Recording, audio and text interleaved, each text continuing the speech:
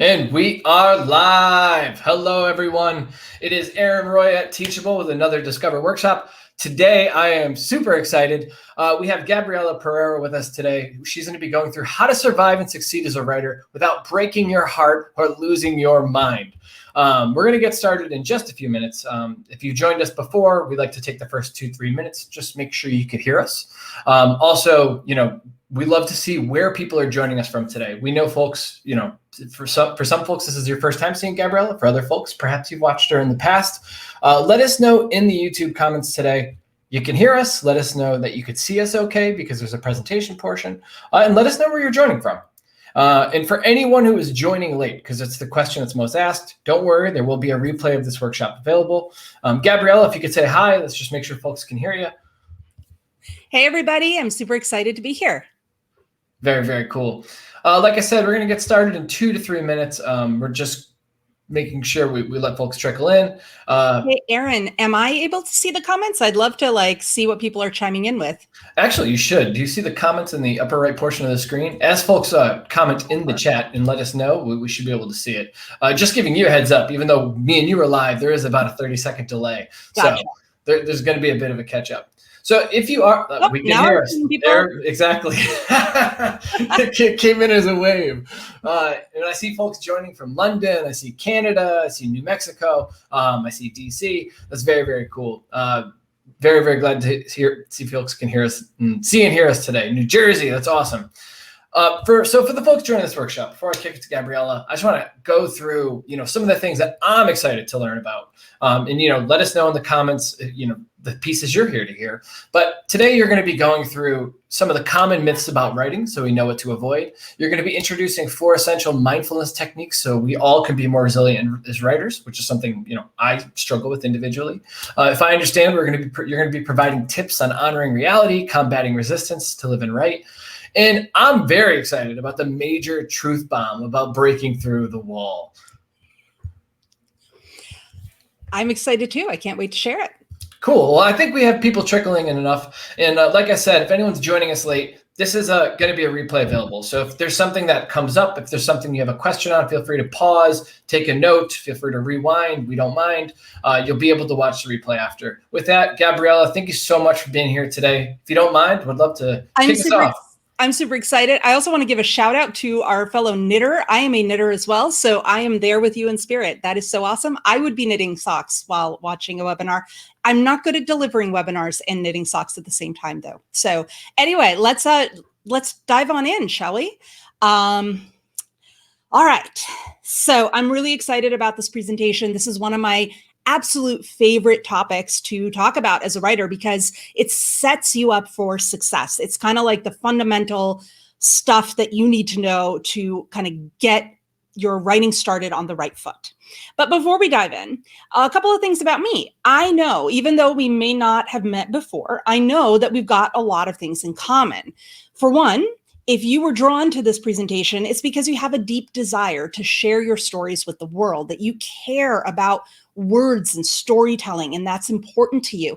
I personally believe that in this day and age in particular, having our words out in the world is a way of contributing to the world and doing good. So I am a very firm believer in the power of story. We also believe that words matter. The words we choose make a difference. The stories we tell make a difference. And again, like I said, the way we get our words out into the world can make a huge impact on other people and the world as a whole. And then, of course, if you were drawn to the DIY MFA part of this presentation, you probably have a little bit of a self-starter in you. You're into learning things on your own. If you're drawn to Teachable, you're into learning things on your own terms, figuring stuff out, drawing knowledge from every source that you can possibly find. And if that's the case, I'm right there with you because I am also an autodidact and I love learning everything. Now, a little bit about me. I am the founder of DIY MFA. If you're wondering, what is that, do-it-yourself mafia? What is this? Okay, so DIY stands for do-it-yourself. MFA stands for Master of Fine Arts, which is the degree you would get if you went to graduate school for writing. Books are my passion. They are the thing that I love. I've been obsessed with books since I was a kid. You can kind of see it in the background in my office. There's at least 8 other bookshelves like that in my house. Like we live in a Manhattan apartment and we've converted closet space into shelves for books because we're weird. So if you know the size of apartments in New York City, you understand what I'm talking about. I'm a New Yorker, born and raised. I still live here. I live in the same neighborhood where I grew up. I'm kind of a unicorn. Most people come into New York after living somewhere else. I just never left. I like to say you can take a girl out of the city. You can't take the city out of the girl. And I'm obsessed with theme parks. That's totally neither here nor there, but it's one of my nerdy obsessions. So I thought I'd share it with all of you. All right, so please participate. Most of you have already figured out the whole, chat bar thing. I'm not super good at watching the chat while I'm teaching because I'm just not that talented at multitasking. But I am told that there are a number of really smart people in the background who are going to be answering your questions and sort of fielding things so that we can take questions at the end in a Q&A. Now, let's dig into the presentation. This all started about, I want to say like 13, 14 years ago. And I woke up one day and I thought, oh my gosh, I've got it. I know the secret formula for being a writer. So you got your pen and notebook out because this is it, guys. This is the thing. So step number 1, you jump through a hoop. Now that hoop could be getting an MFA. It could be getting published. It could be any number of things, signing up for a course, blah, blah, blah, blah, blah. Step number 2, magic happens. And then poof, you're a writer. Just kidding. That is so not how writing works, but it's how a lot of us think that writing works. It's how a lot of us have been led to believe that this creative lifestyle, this creative career is supposed to happen. We just do a thing and somehow poof, as if by magic, we become a writer. And the reason that we believe this is because we buy into certain myths. And these myths are perpetuated by a lot of the different systems around us, the education system around us, the way the publishing system is set up. All of these systems perpetuate certain myths that are actually not super helpful to us as writers. The first myth, I call this the field of dreams myth. It's the if you're published, then you're a writer myth, which while it's a beautiful sentiment in the movie, it doesn't actually work in reality. Just because you've written something doesn't mean that it will automatically get published and that people will automatically buy it.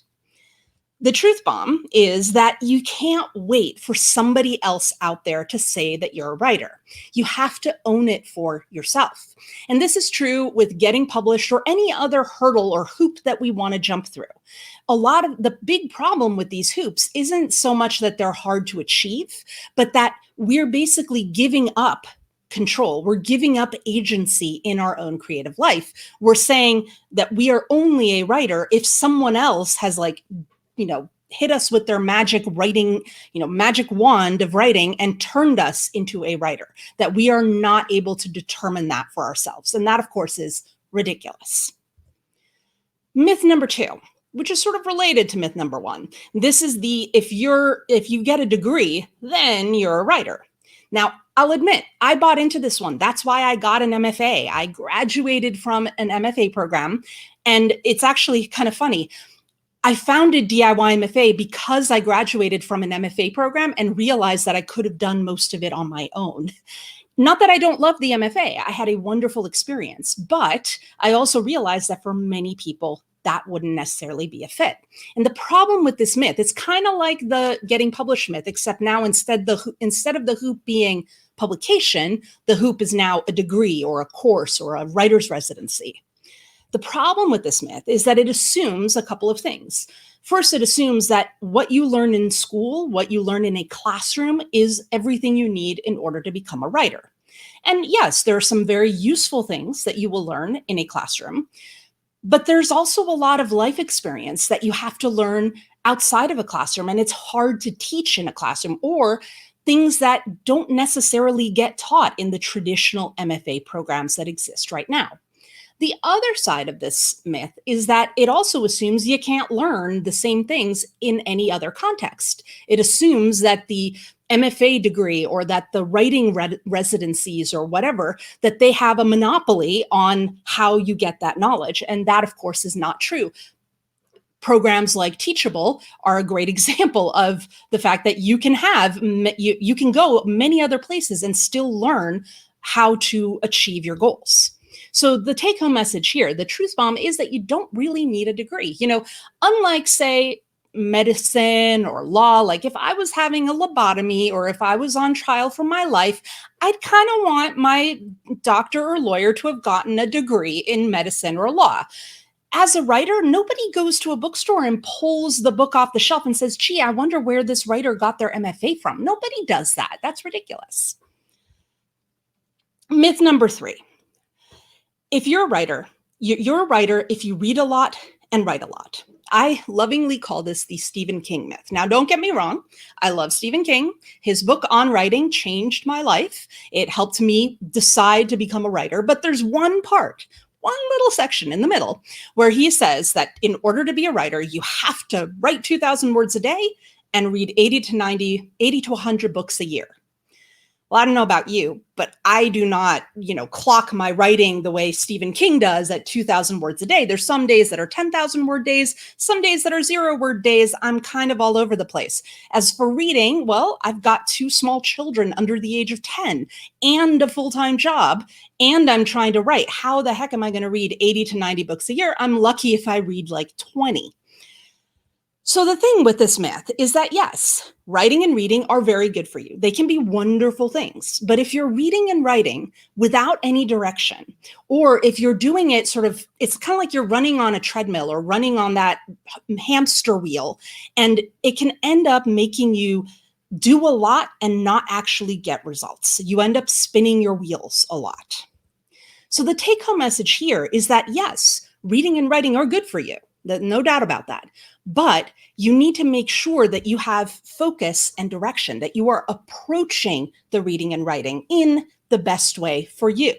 And the problem with all of these myths is that they're basically giving you advice. They're giving you best practices and saying, this is how you do it. This is the best way to do it. But the problem is the only best practice is the one that works for you. That is one of the key foundational elements at DIY MFA. So today we're going to be talking about how to survive and succeed without breaking your heart or losing your mind. And this is actually intentional. I intentionally named the workshop this because I believe that both your mind and your heart are essential to your writing process. So there's basically 2 sides of it, and there are 2 parts to this presentation. The first is about your heart, and the second about your mind. So to nurture your writing heart, you need one thing. And this thing is mindfulness, which always throws me when I get to the slide because really I feel like it should be heartfulness so that it talks about the heart thing. But anyway, that's neither here nor there.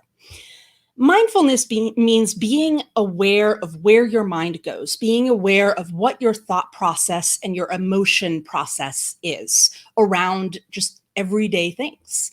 And so and if you can figure out where your mind is going, what are your emotional responses to different circumstances, you can then redirect those thoughts and make them more effective. This all comes from like behavioral therapy and behavioral psychology. So at DIY MFA, we have a set of mindfulness principles, things that we hold on to like mantras that help us to course correct whenever we kind of hit an impasse in our writing. We talk about honoring your reality, don't compound failure with guilt, resistance is your compass, and don't panic, just ask how. And if you are furiously writing notes right now and like not sure that you can take it all down, don't worry. My teammate has put together a place where you can get these slides. So hopefully they'll put that in the chat box for you guys, the link to that in the chat box. So to honor your reality. Honoring your reality is something that happened by accident at DIY MFA. It's become kind of like the linchpin mantra at DIY MFA, but it wasn't something that I came up with out of the gate. Basically, I was trying to come up with an acronym and I needed something for the H in the acronym. So I thought honor your reality, and then it stuck. But what honor your reality means is that there's sort of 2 sides to your life as a writer. Life is part of your reality, and then writing is part of your reality. And you're kind of pulled between the two. I liken this dichotomy as being on a boat, or similar to being on a boat. So I'm not a big fan of boats, but my understanding is that when you are on a boat, if you try to stay rigidly upright, if you try to find that perfect rigid balance, you're going to fall on your face. But if you allow yourself to move with the ebb and flow of the waves and the water, then you actually find your sea legs. But when you take someone who's been on a boat for a while and then you put them back on land, they're going to look all wobbly. That's because sort of the irony of honoring your reality is that in order to achieve something that appears to be balanced, you're actually having to allow yourself to be off balance. You need to actually move. You can't just be rigid and still in the middle ground. That is what honoring your reality means. It means making room for both and allowing yourself to go with the ebb and flow.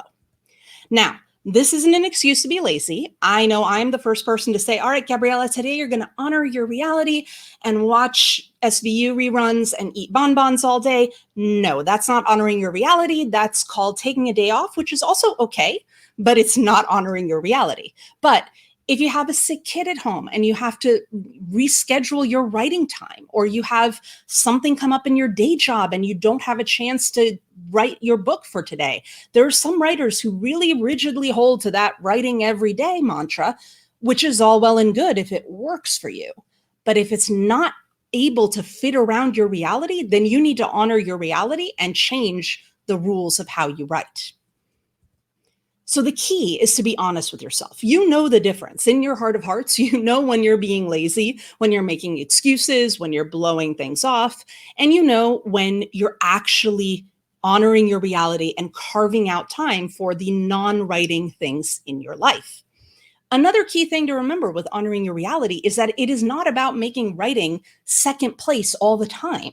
Instead, it's about honoring that both life and reality are super important in your life. And it's about being able to move fluidly between the two spaces.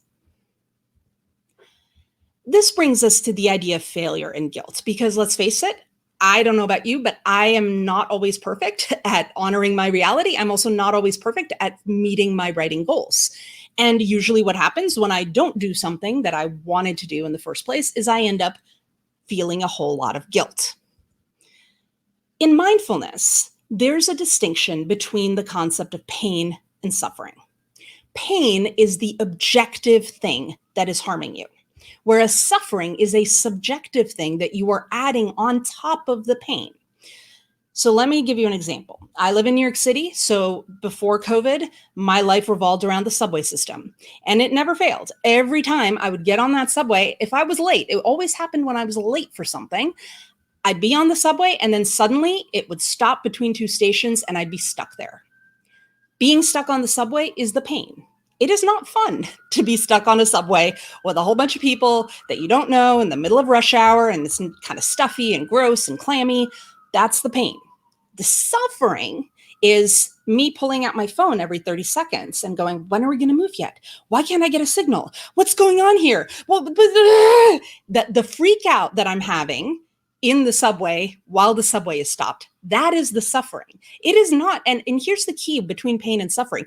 We often give in to suffering because we think that it will somehow ease the pain, but it actually makes the pain worse. So me freaking out on the subway because I'm going to be late and the subway stopped is not actually going to make the subway move. If I stayed calm, the subway would still go or not go exactly the same as it would have if I'm freaking out. But the freak out makes my experience on the stopped subway all that much worse. So suffering is the guilt. It's the stuff that we compound our failure with. So failure, the pain in terms of writing, might be that we don't get a chance to do our writing for today, or I meant to write 500 words and I only wrote 250. Bummer. It's an objective thing, how much you wrote or whether you sat your butt in the chair or not today. These are objective things. They're yes or no, or did you meet your word count or not? The suffering is the additional angst and guilt that we pile on top of it that doesn't actually help the situation at all. In fact, last time I checked, feeling guilty about it doesn't actually make words appear magically on the page. Let me tell you, I have tried gnashing my teeth and tearing my hair and freaking out. My husband calls it the freak out phase of my creative process. It doesn't actually make words appear on the page. I know it stinks, but that's the reality. So what do we do when we're stuck feeling this failure, feeling this, we don't meet our goal, we don't do what we set out to do, and now we're feeling guilty and we're feeling angsty and awful? How do we deal with it? That's where the Angst Jar comes in. The Angst Jar is something that I keep actually right up here on a shelf next to my desk. And it's a jar that allows me to channel the angst, channel the suffering, and put it somewhere so that it is out of my way and it allows me to get back to writing. So here's how it works. First, I have to honor the angst or the guilt or the bad feeling, whatever it is. So let's say I didn't make my word count today, or I didn't get a chance to sit down and write today, and I feel bad about it. So I sit down and I write a little note to myself, and I honor the fact that it feels lousy. It feels terrible to not do what I set out to do. I don't make excuses. I don't say I didn't make my word count, but I just say I didn't make my word count. I feel awful about it. This sucks. Honoring the guilt and the angst is important because as a culture, we often tend to sweep negative emotion under the rug. And what happens with me in particular is that negative emotion doesn't just go away because I've ignored it. Instead, it kind of percolates and eventually it comes out in this like explosive reaction, which is not an effective use of my energy or time. So honoring the angst and guilt is important because it doesn't sweep it under the rug and it gives it enough space so that it actually is acknowledged. Next, I take that little note and I put it in the jar. Seems simple, right? Seems like, oh, okay, you write in you put in the jar. That's super hokey, like woo woo. Here's the thing. This is where the mindfulness thing comes in. Just putting it in the jar does not make the angst go away. It doesn't magically make me feel better. It doesn't make a rejection sting any less. It doesn't make a nasty book review feel any less nasty. But putting it in the jar means that every time that thought comes back up into my mind, I then say, all right, wait a minute. Didn't I put you in the jar? Get back in the jar, you. And I keep sending it back to the jar again and again. Sometimes I send it to the jar once or twice and it sticks. Other times it might take entire days for the thing to sit its little hiney in that jar until I'm done with it. But I keep reminding it to get back in the jar. I keep telling that negative emotion to get out of my way so that I can do what I need to do, which is get back to writing. The goal here isn't to sweep emotion under the rug or to create sort of hokey systems that kind of feel like, weird stuff. It's about finding a way to clear the desk so that you can actually get your work done. So once you've found a way to honor your reality and channel the negative emotions into a contained space, by the way, the contained space doesn't have to be a jar. Elizabeth Gilbert talks about how one of her students has a fear chair and she tells fear to sit in the chair. So it can be anything that you're concretely pointing the negative emotion to. But then what happens when you have an actual project that is making you feel stuck? Like, what do you do when you hit, I don't want to say the wall because the wall's a little different and we'll get to that in a minute. But what happens when you feel like you've hit an impasse, you've hit an obstacle, a roadblock on a project? Usually this roadblock is resistance. Now, the thing with resistance is that it exists for a reason. Resistance is that feeling where you should be sitting down and writing, you should be working on that project, but you just can't make yourself do it. And it's really hard. And why is this so hard for me? Why am I ignoring this project that I need to work on? For me, the way resistance appears is I usually work on all the other things and not the one thing that I really need to be working on. And clearly I'm avoiding that one thing. What I've learned is that resistance exists for a reason. And because of that, it's actually a tool. It's a way of showing you where you need to go with your work. It's like a compass. The thing with resistance is that it stems from fear. And fear is actually, it's an important emotion. People often, fear doesn't get enough credit in our society, but it's actually really important. Adaptively speaking, if we didn't have fear, we wouldn't have survived as a species. Being afraid means that we're able to avoid things that are dangerous. The problem is, in modern day society, the things that, would have scared like a cave person back in the day isn't exactly a threat anymore. So our fear gets thrown into other things, like our fear of success or fear of failure or fear of saying you're doing the wrong thing. And that fear then trips us up. The thing with fear is that just like it did back in our early evolutionary days, it flagged things that were dangerous. Now it's a way for us to flag, or it flags for us, the resistance flags for us, the projects that feel dangerous, projects that feel juicy or daring, or that there's a lot at stake with this project. So maybe we should actually pay attention to it.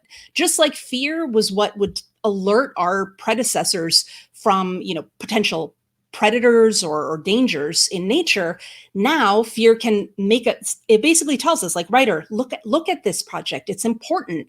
Pay attention to this. So when you feel resistance, when you start to feel like you're kind of dodging a certain project and you're not really working on it, you're sort of instinctively avoiding it, usually that's a sign that it's resistance. And if it is in fact resistance, you need to dig deep. Our response to most fear is fight or flight, right? Like that's how most humans will respond to something. Either they'll fight against it or they'll run away from it. What we need to do when we experience resistance is we actually need to work against both of those instincts and just sit with it and dig deep and try to figure out where the resistance is coming from. What is it about this project that's making it feel dangerous, that's making it feel daring, that makes it feel like there's a lot at stake for you? Why are you having this response to this particular project? I can tell you, I just had this experience a couple of weeks ago. I was working on a newsletter for DIY MFA, and it took me literally until the day that the newsletter had to go out to get it finished. And I was dodging around it and I was trying not to work on it. And I kept kind of working on the periphery of the project until I realized that what I was trying to write was actually much bigger than a single newsletter. It was actually a project that is now going to encompass an entire year. It might even become a book.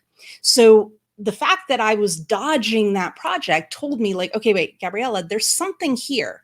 What's going on? And then I had to sit and unpack the project and realize, like, oh, this is why it's freaking me out, because it's scary and it's big. And once I wrapped my head around that, I was able to break it down into smaller pieces and actually get a newsletter out on time. If you're wondering what to do about breaking things down, we're going to get to that in just a second. So sit tight. So the last piece is asking how. One of the things that I see happen with a lot of writers is that when something freaks us out, when we experience resistance, we panic. Our response is, I can't do it. I can't. And panic is actually a form of suffering, just like guilt is a form of suffering and it doesn't help words appear on the page. Panicking about it is also not going to make words appear on the page. It's not going to make your website build itself. It's not going to make your publishing platform build itself. None of those things. So we have to reframe how we think about panic. The key is to turn panic-driven thoughts into questions.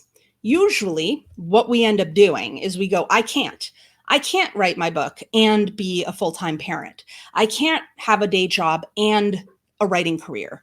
I can't work my writing around caring for my aging parent. I can't.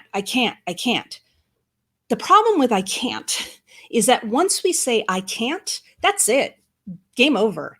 Done deal. We have basically nixed any possibility of questioning or reframing that idea. This might seem like semantics, but the thing is, as word nerds, we know that words are important. We know that the way we say things and frame things can actually change the way we think. So the key isn't to say I can't, but to say how can I? If we say I can't, we're basically making ourselves the victims. We're saying, I can't do it. Everything's out of my hands. But if we say, how can I? Now we're actually finding an answer. We're actually looking for an answer to the question. The key to this is that the question actually implies that solution exists. When we say I can't, we're basically negating the possibility of a solution. But when we say, how can I? Now the answer to the question is out there somewhere. We may not know what the answer is yet, but it exists. And now all we have to do is find it. That is a much more manageable proposition than trying to create a solution when you've already basically decided that it doesn't exist. So reframing from I can't statements into how can I can be a huge game changer in terms of just meeting your goals and getting to the next level in your writing. So remember, we were talking about nurturing our writing heart, and that's what's going to help you build resilience. It's going to help you keep showing up on the page. It's going to help you deal with negative feedback on your work or rejections or anything that makes you feel like you're getting slammed with your writing. That's where nurturing your writing heart and where the mindfulness is key. But what about your writing mind? How do you feed this part of the equation? Well, this is where goal setting comes in. Being able to take a large project like a book and break it down into manageable goals and manageable sub-goals is incredibly important, because it's very easy when you have a really big project and a big idea to let that idea sort of avalanche itself onto you. So this is where the DIY MFA approach to goal setting can help. Basically, it's like climbing a mountain. And I just noticed that I use a lot of metaphors or similes that I've never done. Like, I've never climbed a mountain before, but this is how I imagine climbing a mountain would be like. So step 1, you figure out the mountain you want to climb. Step 2, you define your plant the flag moment. What is the thing that determines you have reached the top of the mountain? Step 3, you figure out where you're going to set up camp along the way, because most mountains you just can't climb in a day. And then you reverse engineer your action steps from each milestone. Let's walk through this step by step. So here's what it looks like. The big vision is the mountain. So deciding which mountain you're going to climb is really important. You need to ask yourself, what's my goal here? Is my goal to finish writing a novel or to write 10 short stories? Those are two very honorable goals, but very different goals. And if you are hoping to write a whole bunch of short stories, but then you're writing something that's 20,000 words long, that ain't a short story, and you might be climbing the wrong mountain. So making sure that you are climbing the correct mountain. This also goes, for instance, this is also relevant with publishing. If you are planning, what you want is a traditional publishing trajectory, but you are self-publishing, again, it's not that one is better than the other. It's just that you're on the wrong mountain for the goal that you want to reach. So make sure you're climbing the right mountain. The second thing that's really important is the flag at the top. And this is something we often forget. You know, when people climb mountains, at least they do in the movies, they plant their flag and they're like, I did it. And they take the selfie or whatever. That's a really important moment, because that's the moment when you know you've actually done the thing you set out to do. As writers, we don't always have a plant the flag moment. Yes, we might have a book launch, or we might have, other events, but oftentimes those things happen so far after the book is completed that it almost feels anticlimactic. It feels like, wait a minute, this book has been done for ages and now we're celebrating it. So it's important to have that plant the flag moment, that moment that you finish the thing you set out to do, and now you're ready to climb another mountain.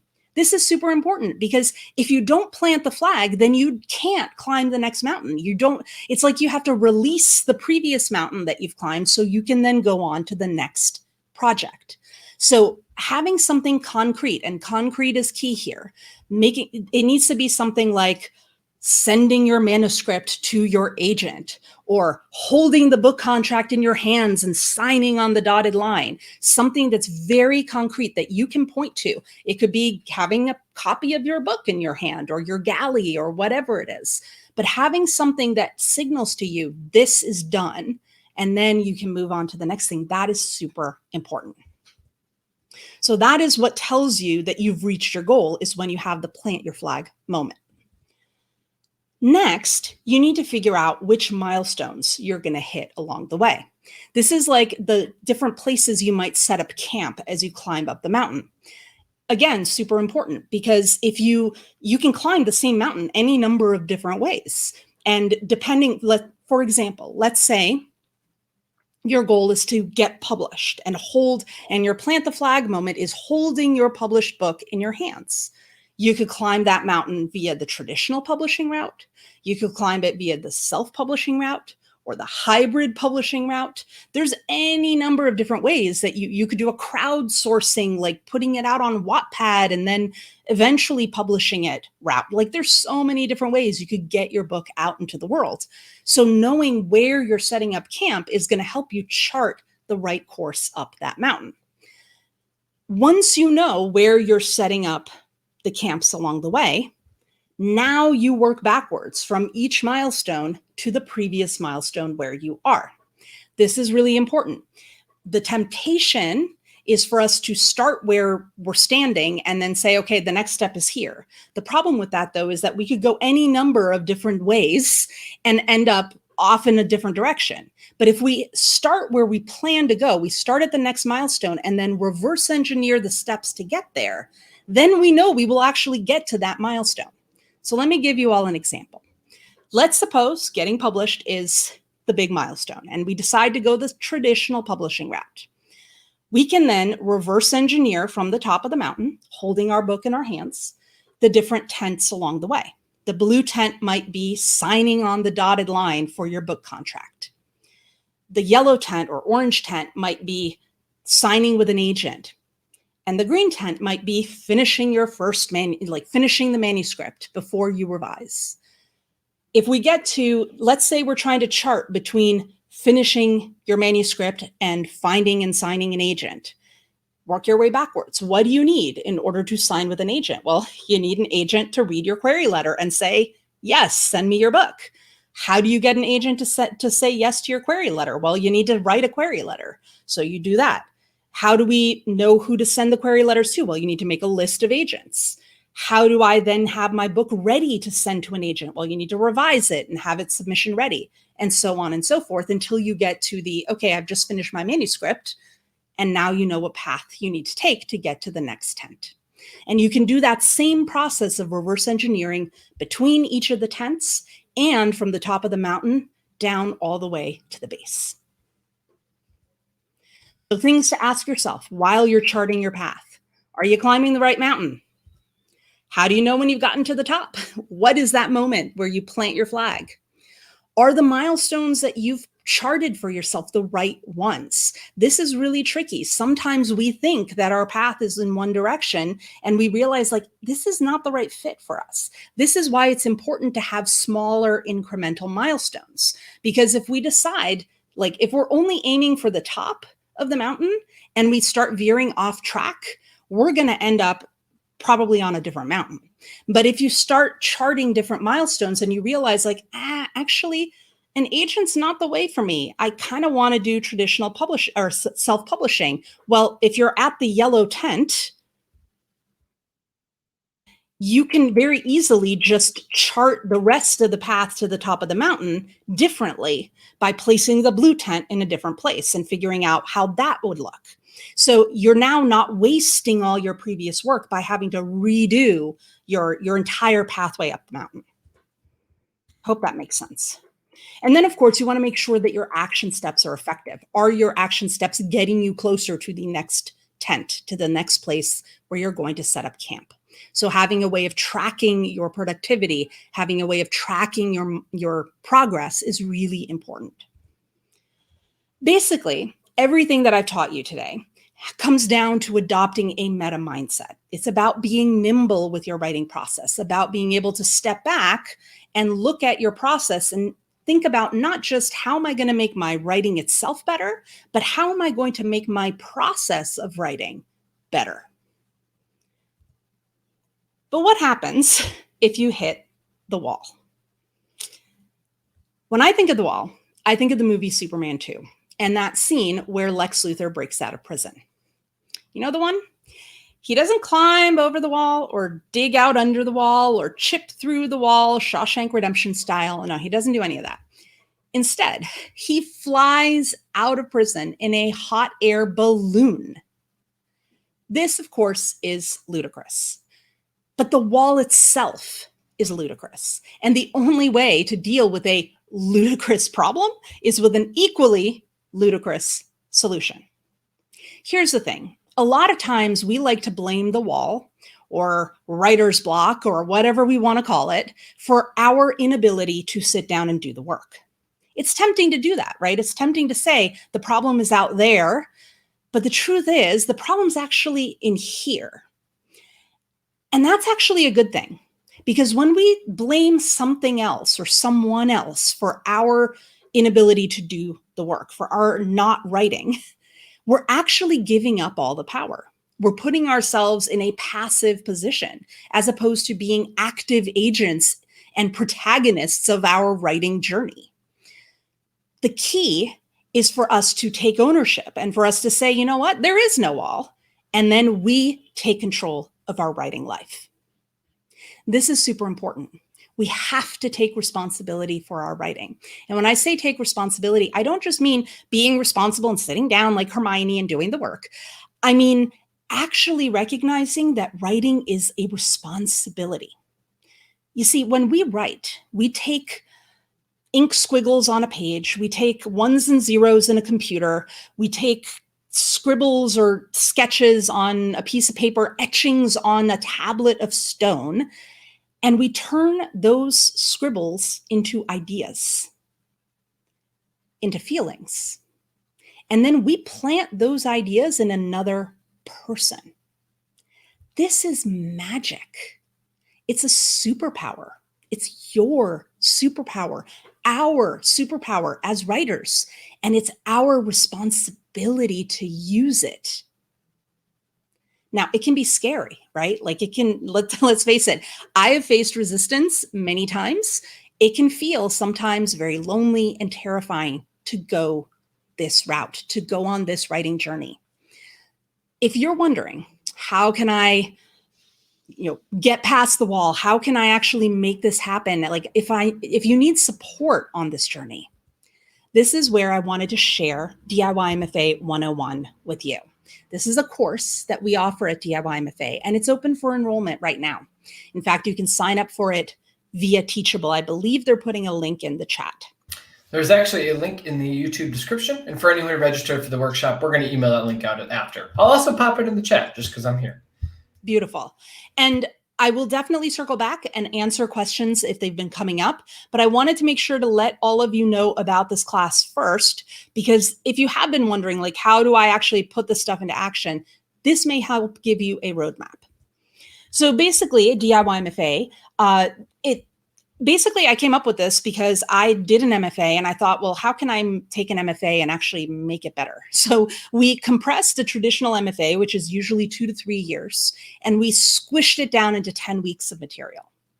This course gives you flexibility to work at your own pace from wherever you are, and it's less than 1% of the cost of a traditional MFA program. Essentially, DIY MFA boils down to this formula. We have 3 pillars at DIY MFA: write with focus, read with purpose, and build your community. Basically, writing with focus is the creative output, reading with purpose is creative input, and building community is the creative exchange.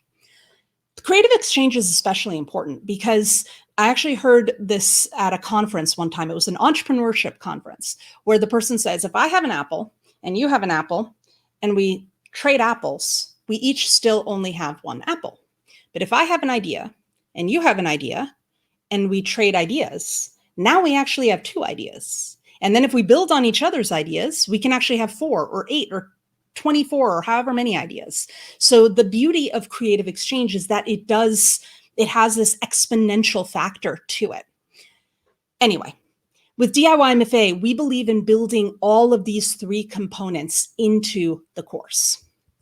So what it looks like is we have 5 modules where we talk about the writing process. The first module is all about basically the process itself and how to unpack your writing process and be more effective and efficient in your writing. Our idea is that we want to set you up for success throughout the rest of the course. So we give you those tools on productivity and motivation and focus so that you know how to go through the rest of the course. Then we do a deep dive on craft. Craft is my jam. I love the writing craft. So I get super nerdy about character development, story structure, narration. We have a whole lot about point of view. I think we go into point of view in more depth than most other courses or any other courses I've ever seen. And we also talk about scene craft. So things like world building, dialogue, description, how to weave your theme into your story. This is all the writing stuff that you need to know in order to actually get the words on the page and then make sure that they are the right words and the right story. But then we dive into reading, because I firmly believe that if we're not also readers and we're not effective readers, we're not going to be effective writers. But we don't just say write a lot, read a lot. We actually give you a rubric. We give you a structure so that you can define what a lot means to you and what exactly you should be reading. So in our reading module, we talk about how to select books that will actually help you build on the things that you want to write. So choosing a reading list, not just letting a professor throw a reading list or a syllabus at you, but choosing your own reading list that serves your purposes as a writer. We also talk about building your expertise, which is something that a lot of MFA programs and writing courses and literature courses don't talk about, which is once you become well-read in a certain niche of the literature space, you actually can become part of your body of expertise and your platform. It becomes something that you can be talking about that isn't your own writing, but that can help you build an audience of readers and fans so that when your book does come out, you actually have already a homegrown fan base. And that, of course, dovetails right into the community piece where we talk about building community with fellow writers, building community with your readers, so building your platform, and then, of course, navigating the publishing industry and having those professional connections as well. At DIY MFA, we firmly believe in a couple of elements that are fundamental to our approach. First, we believe it should be personalized.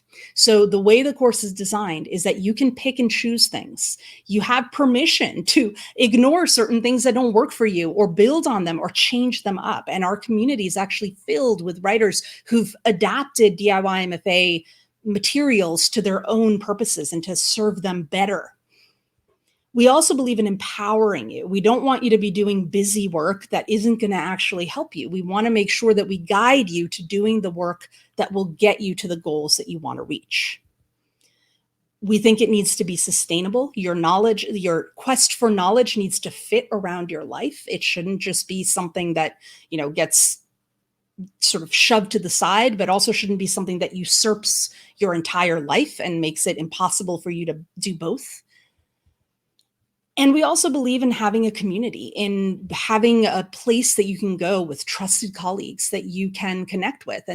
So we have an amazing community of students and alumni in 101. And one of the things that we do in this course is once you're in for life. So you don't have to re-up or pay again or do anything like that. Once you're in the course, you are part of this community for as long as you want to be. And it can grow with you over time. So a lot of writers will do the course. I've had people who did it back in 2014, who then came back in like 2020 and did it again and sort of, obviously you don't re-up, you don't have to pay again, you just sort of re-engage. And then they actually said like, oh, this is different. Like I actually got different things out of the course at this later stage. We also have this community of people who have been in the community for a long time so that you can really connect with people who've been here since 2014 or who've just joined now. So it has this really wonderful sense of community at DIY MFA. So I wanted to one of the questions I often get with this course is how does it compare to the traditional MFA? And I don't like comparing to the traditional MFA because I do feel like it is its own thing. It's a very different beast. And I also don't believe in hating on the MFA because I have one.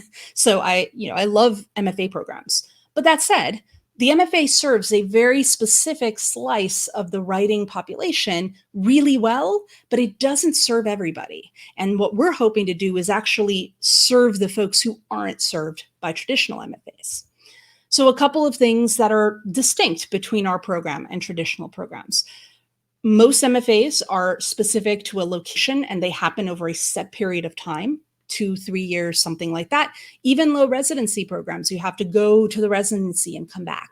DIY MFA, it's 10 weeks and it's online. So you have that community online and you can really dive into the materials, but you also have access for as long as you need it. So if you don't finish the course in 10 weeks, you can come back to it. You can do other modules. There's some people who will only do the first 2 or 3 modules within the 10 weeks, but then they'll come back later on and re-engage with subsequent cohorts. In the traditional MFA, the focus is on the workshop. Now, I have very strong feelings about workshops. I don't need to get up on my soapbox right this second, but I do think workshops can serve writers really well, but they're often misused in traditional programs. At DIY MFA, our focus is on laser-focused technique. We want you to have the foundational technical knowledge of writing out of the gate, because no amount of workshopping and tweaking and testing things will teach you those fundamental techniques. And if you know the basics, then you can break all the rules. Then you can try all the stuff and you can get the feedback and whatnot. But you're going to get better feedback because you actually had the foundation. Most traditional programs, you have a literature seminar. So you get the syllabus from the professor, you read stuff, you talk about it, maybe you drink some wine. At DIY MFA, we talk about reading with purpose. This is about building the reading list that serves you. So the reading list that I have is going to be different from yours, is going to be different from another member of the class. And that's exactly the way it should be, in my opinion. There's a lot of professors, a lot of pomp, a lot of like going to cocktail parties with, obviously this is pre-COVID, with lots of, readings and yada yadas and people talking about, in tweed jackets, talking about literature. At DIY MFA, we're a lot more pragmatic. If you want to get published, you need to know things about how publishing works and you need to know about platform. These are things that I have not, from my own experience in an MFA program, my program did not cover platform at all. Publishing, they did a teeny bit, but not a whole lot. And my experience from talking to other folks in other MFAs has been pretty similar, that a lot of these programs are great at the professor stuff, but they're not as good at giving you more of the practical writing life and career skills. There's a lot of focus on literary fiction. So if you write anything that's not literary, that was my problem in the MFA. I wrote children's books, so I didn't quite fit in. If you're writing literary fiction or poetry or creative nonfiction, then the traditional programs could be a good home for you. But if you're writing romance or horror or children's books or sci-fi or fantasy or just let's face it, things that sell, well, that may not be the best place for you to work on those skills. It may not be the best home for you to learn. At DIY MFA, we have people who write everything. We have a lot of people who write fiction of all stripes, but we've also had nonfiction people joining the class. We've had poets in the class, a lot of people who come to DIY MFA end up changing or trying new genres because they're around other people who are writing other things. And so they start to experiment. And I personally think that that's a great way to grow as a writer, is to try different things and to experiment with different genres.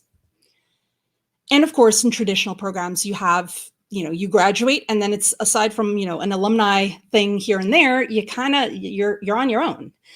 At DIY MFA, you have access for as long as DIY MFA exists, you have access to this course. I hesitate to say lifetime access because, if we have like an Armageddon kind of, internet apocalypse, but I think if that happens, we have bigger problems. So I don't think access to DIY MFA would be an issue. Anyway, for as long as DIY MFA is up and running, you will have access to this course. You also have access to any updates we make to the course. So when we did this massive revamp a couple of years back, where we added, I think, 3 or 4 modules, you would have access to whatever upgrades we give to the course as well. And then, of course, in traditional programs, we have, the tuition can be anywhere around $50,000 or more for 2 to 3 years. And at DIY MFA, we try to keep it at less than 1% of the cost. So $499 if you pay in full, or $199 for 3 payments. Should we, and I just realized we have the wrong link on that. So I'm going to go here. Should we do some questions? Yeah, I think what would be great is I'm actually, for everyone, I'm going to post in the chat in just a few seconds a link to, where the slides will be posted after, today's replay, and just more pieces from Gabriela. And this is also where your free video series lives. So if folks want to click to that and register after, they can access it. But also, if as folks watch this, I already see we have some questions. Please share those questions in the chat, because then we could bring a few up in just a few moments. When you said the wrong link was up, is there a different link you wanted me to share? No, it just had one, DIYMFA101.com. That's not the Teachable link. The Teachable link is the one that's in the chat. So you got guys, it. Yeah. Perfect. So yeah, the Teachable link is, we posted in the chat earlier. I'll post again at the end, and we'll also email out. That's also in the YouTube description. One question I wanted to grab for you right off the gate, Gabriela, is this one, right? Is DIY MFA mostly for book writers? You kind of touched on this, but could you go a little bit deeper for us? Yeah. So yes, it's mostly for writers of narrative. So if you're writing prescriptive how-to nonfiction, it's probably not the best place for you. But we actually have a bonus for that. Our trifecta bonus kind of covers that. And I can talk about that in a little bit. But what I mean when I say it's for mostly people who are writing narratives, it's if you're writing something that has a beginning, a middle, and an end. So a story, an essay, a memoir, a novel, a novella, even poetry, I think you'll get a lot from DIY MFA. There's some modules that are probably going to be more focused toward fiction. Like we've had a number of memoirists who've taken our course, and they've adapted the character, the second module, which is on character. Like obviously that module, you're not coming up with a fictional character if you're writing a memoir. You're coming up with the characters are actual real people. But a lot of the same characterization techniques that you're going to learn in the module apply to nonfiction. You just have to kind of rejig them a little bit so that it's, because you can't change the facts and how things happened in a memoir, but you can highlight certain parts of the story more than others. So the artistry is more around that in terms of like not fiction versus nonfiction.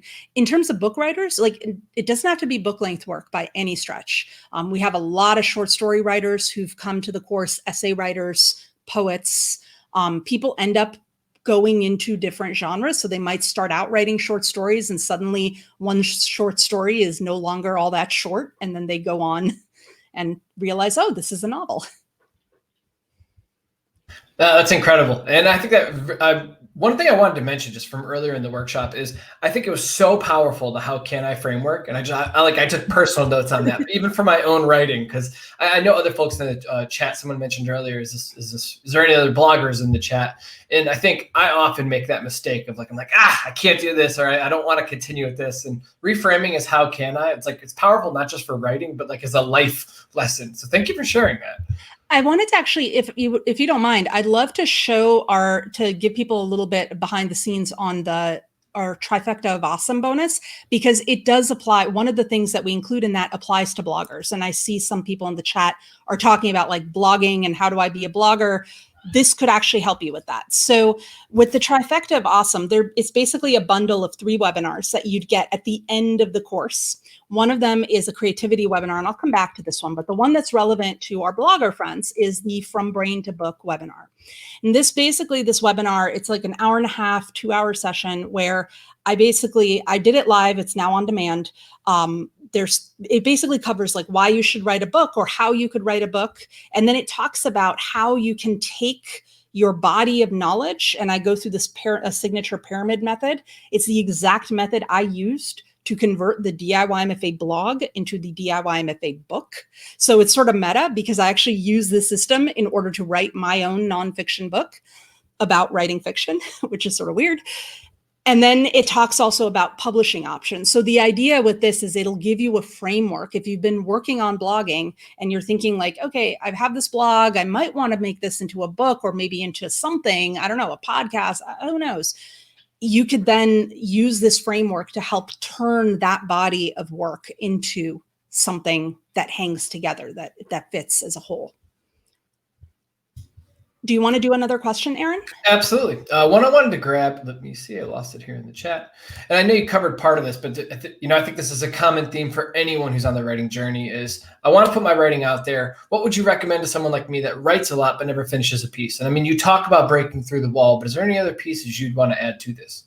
Yeah. So one of the things we talk about early on is the importance of finishing and finishing something small.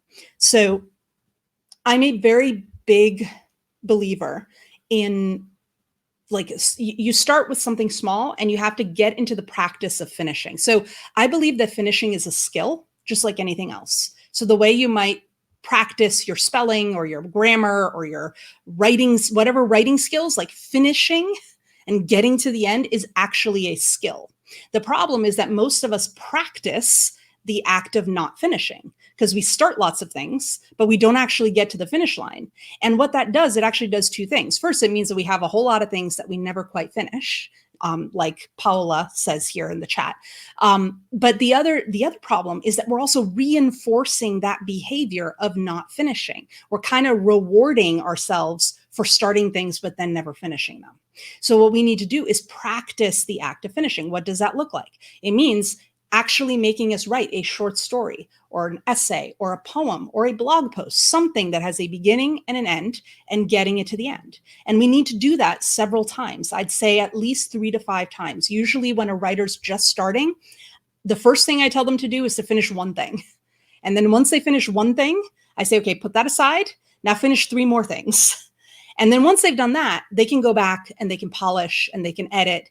But you can't really do that until you've practiced finishing small things. Once you finish a small thing, finishing a long thing becomes much, much easier, but you have to train yourself to do it. It reminds me of something my late great violin teacher said. I played the violin since I was 4, and my teacher, she used to say, Gabriela, practice does not make perfect. It makes things permanent. Pay attention. And that was obviously that was always right after I had played the wrong thing 20 times in my lesson. And basically I'd practiced the wrong notes into my fingers. So we need to practice the right notes or the act of finishing into our writer's muscle memory. That's super powerful. Thank you for that, Gabriela. And a question that came up earlier, which I think you've kind of answered with that, is losing steam. I want to grab the exact question. Is that, starting something, even if you have the flag planting moment out there, how do you prevent yourself from losing steam? And I know you're saying practice that act of finishing. Is there anything else you would add to that, or would you want to put a pin in it? Yeah. So if you think of those milestones, each of those tenths is kind of a little celebratory moment. And another mistake that a lot of us as writers do is we just zoom right by it's like we don't camp for the night. We don't stop and have a drink and say, hey, we made it to camp tonight. We just keep on going up the mountain. And part of the process of keeping up that momentum is celebrating those incremental milestones. They are not easy. And remember also that we are writers living in a muggle world. Our non-writing friends, they do not understand how hard it is to write. They don't get it. When we say, okay, I can't go out tonight. I need to sit down and write. I can't watch reruns of whatever TV show. I need to write. That's because, they don't get it because they're not writers. So we need to carve out that time and really celebrate for ourselves when we reach those milestones, because our muggle friends they're not going to get it. They're not going to celebrate it for us. Yes, they'll be there when our book comes out, but there are a lot of steps along the way that need to get there. The other thing we need to do is have some buddies. You can't climb a mountain alone, or you can, but you probably die. You need to have people on the, on the trip with you. You need to have someone who can help you. When you're ready to give up, there can be right next to you saying, okay, I'll go in front, you follow my footsteps, and then you climb up the mountain with them. So you need to have other writing colleagues. And that's why having a community can be so game-changing. Thank you so much. Well, we are approaching that time. One thing that we always love to do is for everyone who joined us in the audience today, let us know what you learned. And most of all, thank Gabriela for her time. This was incredible. Just thank you so much for just sharing it.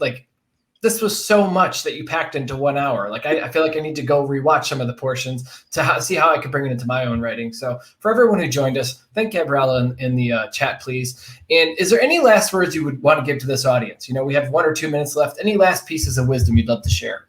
I mean, I'd love to just, because I didn't quite get a chance to tell folks about the trifecta of awesome.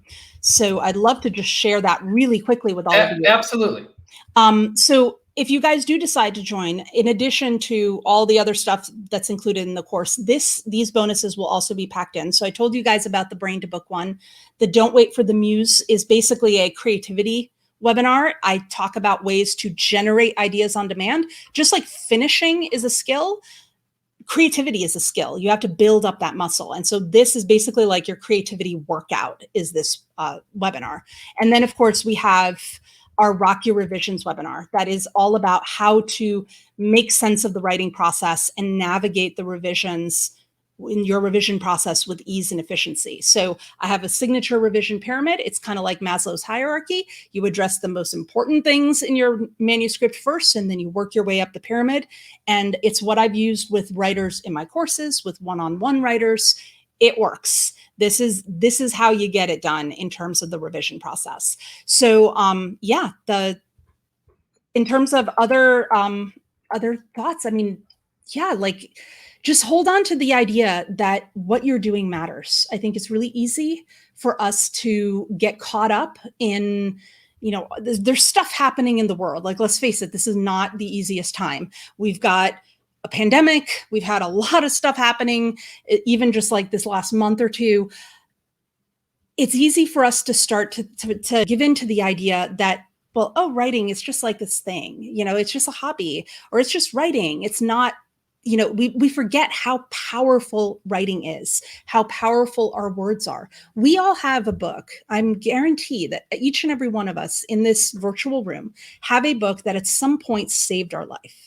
A book that we found, that we pulled off the shelf, that we read and we felt seen, we felt heard, we felt like the writer knew who we were and they were writing it for us, even if we'd never met the writer before.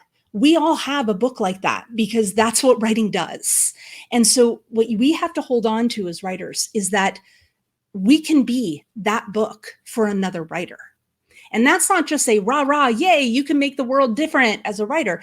That's also a huge responsibility because it means you have a duty to get that book out, because there is a writer or a reader out there whose life will be saved, not just changed, but saved by your book. And that is a really big responsibility, but it's one that each and every one of us has chosen by being writers, by stepping into this role. And it's one that it's kind of amazing. It's a glorious responsibility. So onward. Thank you so much. We're going to be jumping off just a second, folks. But for everyone who joined us live, thank you for joining. For everyone who might be halfway through or is watching this after we've presented it, you know, the replay will be available. We're going to send out the link to the course. We're going to send out the link to some of the free goodies and also a link to access this replay after. So thank you again. We'll be signing off. Have a good day, everyone.